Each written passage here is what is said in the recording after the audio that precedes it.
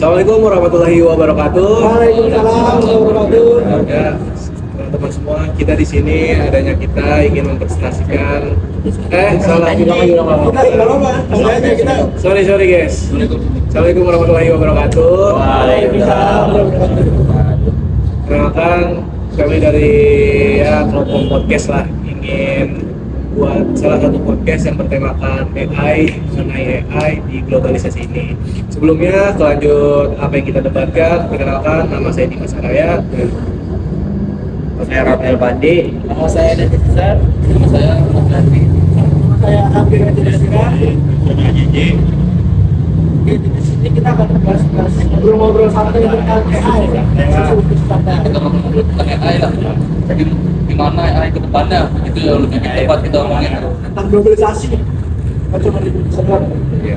Dan kita di sini bukan hanya sekedar debat, tapi ada pihak pro maupun kontra yang harus dijelaskan juga. Dari pihak pro ada Bayhaqi, Diraja dan juga Rapli. Dan dari pihak kontranya ada saya pribadi, Dimas Araya, ada Denis dan juga Yusuf.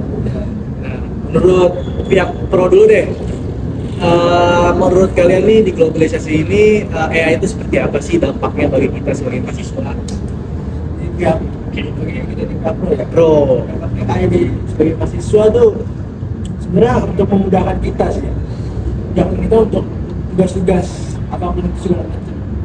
Banyak kita apalagi sebagai mahasiswa tuh banyak sekali kita menggunakan AI, GPT, Blackbox. AI itu jadi mungkin ada tambahan dari Ya kalau misalnya untuk saya ya banyak banget tuh. Kayak misalnya apa namanya?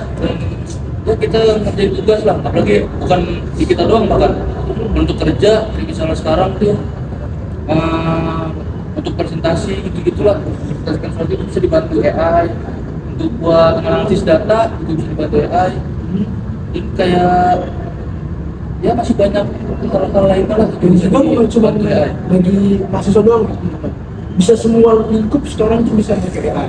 Ya, karena zaman sekarang tuh di AI kita nanya apa aja pasti bakal muncul. Karena menurut saya AI itu kayak gabungan dari semua yang ada di media sosial, di internet, kayak dirangkum tuh di AI. Memudahkan ya. Memudahkan kita. Nah ini Khususnya, kan dari pandangan kita nih yang pro. ya. Kontra. Menurut pandangan kalian gimana ya AI? Artinya Saya sih dari pihak kontra ya tentunya, saya juga nggak munafik yang namanya AI itu ya saya terima kalau itu memudahkan baik itu dari ranah universitas ataupun pekerjaan dan lain-lain. Cuman perlu kita ketahui bahwasanya AI ini bisa jadi bumerang buat negara kita sendiri. Kenapa bisa jadi bumerang? Karena yang pertama kita ini ranahnya pendidikan dan AI itu membuat segi pola pikir kita sebagai mahasiswa itu melambat. Yang seharusnya kita tuh bisa loh pemikiran kita tuh lebih out of the box dari apa yang kita pikirin. Karena apalagi kita lahir di generasi Z yang dimana kita tuh kreatif pada umumnya. Tapi adanya AI ini justru membuat kita lambat dari segi apapun. Itu terutama untuk pemikiran kita sendiri ya, bukan masalah teknologinya. Kalau teknologi mungkin segala pekerjaan bisa lebih mudah. Nah, terus juga yang saya garis bawahi adalah sebenarnya konsep AI ini justru merusak segi negara kita sendiri. Bukan dalam artian kita nggak bisa kita pungkirin bahwasanya di negara kita ini 80%, hampir 80% itu orang-orangnya konsumtif dalam artian kita tuh cuma sekedar pemakai. Kita tuh nggak bisa yang namanya mikir bahwasanya kita bisa nggak sih buat AI itu dari apa sih segala macam, ketimbang dari tadi banyak kan orang pengennya pakai aja gitu tanpa harus memikirkan ini gimana sih cara buatnya, ini gimana sih mempelajari sistem tersebut. Itu yang membuat kita ada keterlambatan nih. Bahkan saya juga mempelajari ya dari bukunya Tan Malaka yang Majilok bahwasanya faktor keterlambatannya Indonesia merdeka atau maju itu adalah pola pikir yang logikanya nggak jalan, nalarnya itu lambat. Dalam artian yang seperti ini, orang lain itu udah sibuk loh membahas AI, tapi Indonesia ini yang tadi mahasiswanya sibuk pakai AI buat kelarin pekerjaan, kelarin tugas-tugas segala macam. Sedangkan di luar sana dia yang ngebuat AI gitu. Bahkan kita hanya sekedar pemakai doang. Nah, itu keterlambatan menurut saya. Kenapa nggak kita sebagai mahasiswa nyari tahu nih gimana cara yang buat AI dibanding si konsumtif ini sebagai pemakai. Terus ini Iya, jadi kayak orang Indonesia ini cuma pakai doang, nggak yang kayak apa, membangun AI itu seperti apa gitu ya. Iya sih, itu juga bisa. Kalau dunia pekerjaan ya ini yang saya alami. Baru kemarin sih kasus temen gue ya, temen gue. Jadi yang gue alami dari dunia kerja itu sebenarnya AI itu emang benar sih ada sisi positifnya, gimana ketika kita nggak tahu sesuatu kita bisa tanya di AI. Contohnya ketika ada saya punya karya baru nih, atau yang tahu tentang rumus yang ada di Excel misalkan. Nah, saya bilang lagi ya, kalau misalnya zaman sekarang kan dunianya teknologi. Kalau misalnya kalian kamu nggak tahu, kamu bisa cari di YouTube, di TikTok, bahkan mungkin di AI. Saya sarankan dia kayak gitu. Tapi dengan dia, mungkin dia namanya Gen Z ya, dia tuh lebih mau instan. Biasanya anak Gen Z itu kan mau instan kan, dengan adanya AI yang sekarang. Jadi dia tuh kayak apa kayak instan. Nah, salahnya dia tuh belajar, tapi belajarnya dia salah. Dia malah mengcopy rumus-rumus yang ada di sistem tersebut. Jadi ketika dia menerapkan pembelajaran itu, dia malah nggak paham. Bahkan saya menginterview karyawannya, katanya lah, paham nggak sama rumus-rumus ini? Saya suruh terapin, saya kasih waktu 10 menit. Saya dia masih gambaran ke dia buat pelajaran sistemnya. Tapi dia bilang, oke, saya pahami. Dia oke, nilai secara nilai dia oke 100 atau 90, tapi ketika dia praktek dia nggak paham. Itulah maksudnya kelemahan kenapa itu nggak bisa dibilang sepenuhnya bagus. Kenapa? Kayak itu instan dan orang lain itu udah bisa gitu, maksudnya apa ya? Ya itu idenya instan lah. Jadi dengan instan tersebut orang itu malah jadi keenakan dan nggak mau belajar sama kayak gitu tadi. Aktifnya berpikir Jadi apalagi kan kalau misalnya di dunia kerja itu butuh kita tuh walaupun di dunia kerja itu sekarang katanya banyak bakal diganti sama robot gitu kan, tapi saya nggak sebenarnya setuju. Karena apa? Balik lagi ke manusia gitu loh. Nggak semua pekerjaan bisa digantikan dengan robot. Jadi kayak WhatsApp sekarang kan banyak banget pakai bot. Iya. Itu iya sih, kayak itu janggal sih kayak. Contohnya aja deh kayak misalnya apa sih namanya cheatbot. Cheatbot itu kan nggak bisa sepenuhnya dikasih, nggak bisa sepenuhnya baik dong. Kayak contoh kita kalau mau kayak AI, kalau misalnya emang ada pertanyaan yang dalam banget, pasti AI itu nggak akan menjawab sepenuhnya betul. Kadang-kadang nggak masuk. Lo misalkan kita sebagai customer kan, terus misalkan kita mau ngelabis suatu perusahaan atau apa lah gitu, itu dibalas dengan chat itu kita kayak kurang dapat template gitu ya. Iya, Yang udah sediain sama perusahaan itu. Tapi filmnya emang kalau bukan AI, kalau misalnya tidak saat, kalau kita orang bilang tahun depannya itu bakalan semua pekerjaan manusia itu akan digantikan dengan robot.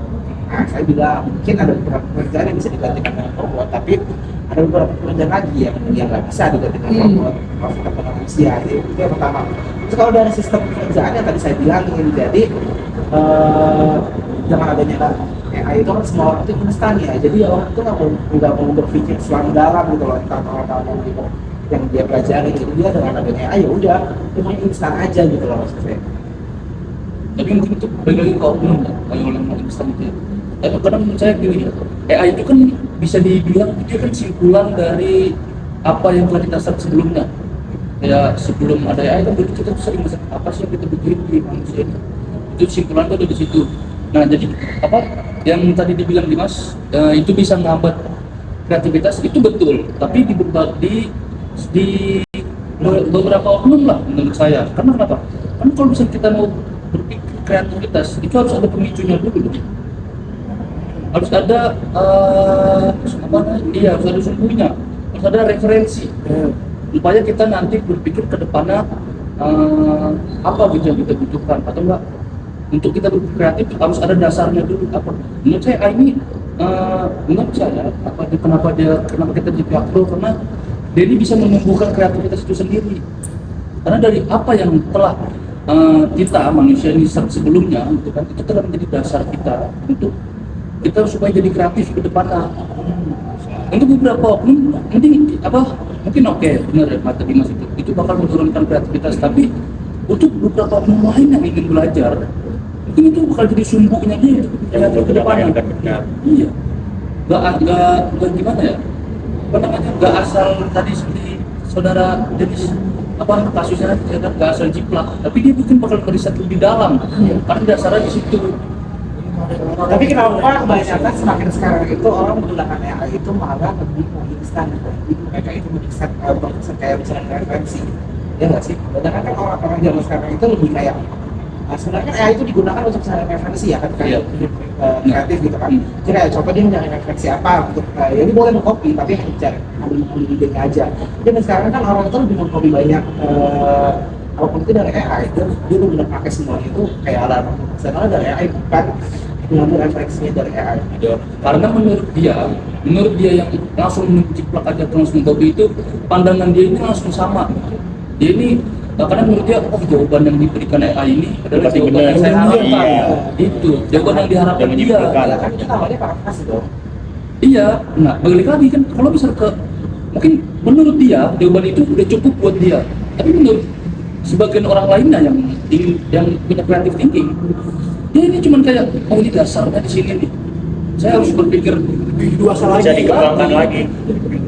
bisa meriset lagi mungkin dia, karena emang gimana pun juga semuanya sekarang ya nggak semuanya sih, bahkan mayoritas kita mungkin kayak paraphrase aja kayak salin kopi gitu kan, karena menurut yang orang-orang itu dia itu kayak merasa jawaban yang telah diberikan AI ini adalah simpulan itu nggak udah cocok gitu dari dia. Jawaban yang valid. Iya. Iya.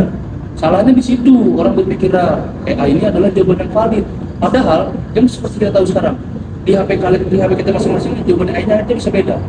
Iya, beda. Kalau misalnya dibilang AI itu bisa kayak gitu ya, terus gimana caranya? AI itu kesimpulan dari semua materi ya. Nah, gimana caranya kita bisa mencari materi yang sebenarnya itu mana, materi yang valid itu mana? Itu riset, kalau riset kan Riset lebih dalam, kita harus pahami setiap katanya, setiap misalnya AI itu selalu menjawab gimana bisa cari data yang benar, cari data yang salah gitu loh.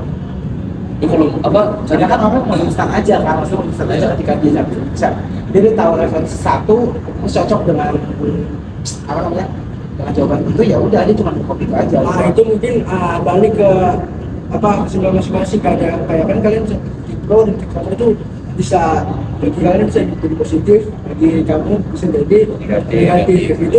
Itu ya positif negatifnya ya, dan itu sebenarnya kalau misalkan dikalkulasi itu ya AI itu yang seperti itu, dengan pandangan kontranya, pandangan pro-nya itu beda-beda lah, nggak bisa disatuin, susah disatuin kan. Kita sekarang nih gini aja, menurut kalian tuh bisa nggak kira-kira nantinya tuh menggunakan AI secara nggak yang cuma dasar doang, lebih kreatif lagi kira-kira? Jadi nggak diri gitu. Iya, dibandingin Nggak berpacu sama jawaban dari AI. Oh, iya, itu dia. cuman hanya dia merasa kayak jawaban AI itu benar karena Merasa cukup. Jadi seperti yang tadi saya bilang, kayak setiap HP aja jawaban AI-nya beda-beda. Harus ada yang bisa lebih dalam, sebenarnya harus pilih jawaban yang paling relevan. Yap. Dan Menurut dia lah. kalau misalkan emang diperbandingin dalam pro dan kontra ya beda, bisa yang satu lebih susah, bisa kita ambil sama tengahnya aja, udah nggak bisa lagi kan nanti tahun-tahun berikutnya itu AI bakal terus berkembang. Iya, pasti. Iya, itu bakal sangat juga harus begitu. ya itu bisa, pertama bisa memudahkan kita, dan negatifnya itu bisa manusia bakal makan dengan AI ini. Jadi ancaman apa jadi peluang? Jadi peluang ancaman- bisa, jadi ancaman bisa. Jadi ancaman dan peluang itu tergantung diri kita mau Tergantung pemakai. Belajar enggak? nah Kita mau mengikuti melek teknologi dengan teknologi gitu. Kalau kita nggak melek teknologi ya kita dimakan teknologi. kalah kita, Banyak ya. kalah kita. Nggak banyak juga gadget sekarang tuh yang gaptek tuh banyak banget. Mau cari tahu gitu ya. Gadget Penting banget ya. Penting banget sih literasi digital. Kayak yang pakai Excel masih kurang, Iya. pakai Word, Canva dan kalian itu dasar-dasar Dasarnya. itu masih nggak bisa. Itu yang bagi orang yang gaptek, yang baru melek, yang bisa belajar. Itu Kasihan sih sama orang Iya, kasihan sebenarnya orang kayak gitu ya. Untung kita nih sebagai mahasiswa nih kita bisa diajarkan, kita bisa belajar Iya. apapun itu. Kita diajarkan dari kampus, dosen, kita bisa Dapat sendiri gitu Iya. kayaknya sekarang ini bersyukur gitu ya dengan Iya, AI. kita syukur. Gitu. Jadi kesimpulannya AI itu ada dua ini ya, Pandangan kesimpulan. kesimpulan. Yang pertama dari sisi dari negatif, yang kedua dari positif.